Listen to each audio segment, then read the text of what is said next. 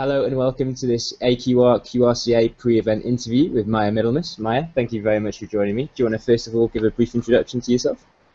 Thanks very much for inviting me. I'm the Managing Director of Saros Research. We're a UK-based participant recruitment agency. So we recruit participants for qualitative research and user experience projects for the past 14 years. We're wholly database driven and we've recruited over 25,000 respondents in the last 14 years. Brilliant. Now, when I was looking at this event brief on the internet, what really interested me about it was it made a point about making market research more inclusive and kind of hitting hard to reach audiences, and that was something that this event wanted to tackle, and which brought me onto your paper and what really interested me about it, because I understand that you're doing a bit of work around that. So can you share that with us? Yeah, the paper I'm presenting is about involving disabled participants in research. Widening access to research participation is something we've always been really passionate about at Saros. Because we're database driven, we're continually reaching out to new potential participants who are currently joining our database at the rate of about 100 new people a night. Most of them have never taken part in research before. So some of them need a bit more help, a bit more involving. We have to reach out to them to enable them to take part. And sometimes there are structural barriers in the way we do things, whether they're practical barriers or methodological barriers. And the issue of disabled respondents is something that's coming up a lot for us recently. We would love to see the industry doing more to involve disabled respondents in a variety of projects, and we've been doing some primary research of our own amongst disabled participants and potential participants to find out what the issues are for them. And they've got a very clear and consistent message for qualitative researchers, which I'm really looking forward to sharing at Budapest.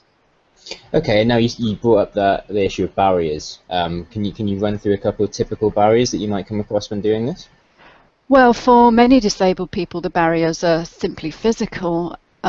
The average viewing facility might not be accessible to a wheelchair user or to a hearing aid user, for example. The ways that we reach out and screen people might not be accessible to people with sensory disabilities. Quite often we depend on written screeners and invitations, for example. That might exclude people with visual impairments. It might also exclude people with learning disabilities like dyslexia. So there's lots of things we need to look at if we're going to be truly inclusive.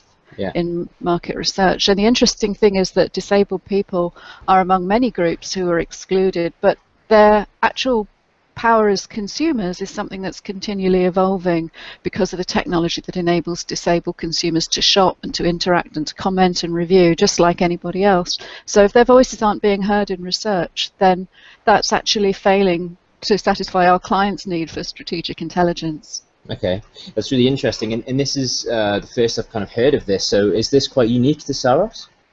Well, it's not something we specialise in. We recruit across the whole spectrum of participants, but because we're continually looking for new people, disabled people are out there in society. I don't know what the statistics are because it depends on what definition you're using of disability, including many that obviously aren't visible and aren't relevant to research recruitment. We also do some specialist work recruiting disabled participants, for example, for public sector funded programs where there needs to be representativeness and inclusivity, and there might also be quotas on ethnicity and other aspects.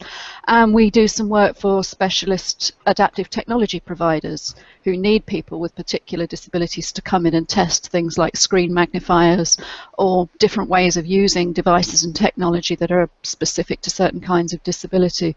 So it's become quite a live issue for us. We would just like to The third issue with that, I suppose, is mainstream research, where there is no quota on disability and there's no particular requirement for disability. And that's the area I'm most interested in, because it's about involving disabled people in mainstream research, mainstream brands, and answering mainstream qualitative questions. That's the bit I feel that the industry is maybe not doing as much as it could, and that's the bit I really want to talk about in April at the conference.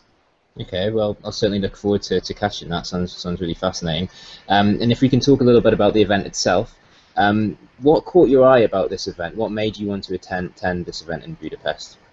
Well, I think it's one of the most important ones for the qualitative industry. Quite often in research events, Qual might get a slightly smaller slice of the stage than Quant, let's say, to be generous. For me, as a recruiter, it's obviously really important to keep up to date with current thinking and methodology. In Qual, I'm really excited about the techniques and the latest inspiration that's going to be shared on the day.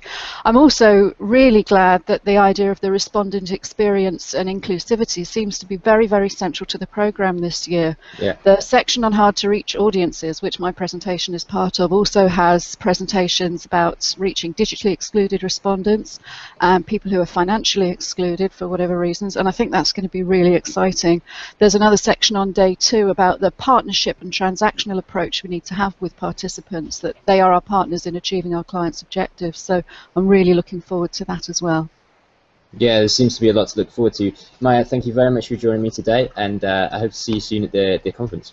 It's been a pleasure, and look forward to seeing you in Budapest. Thanks, Maya.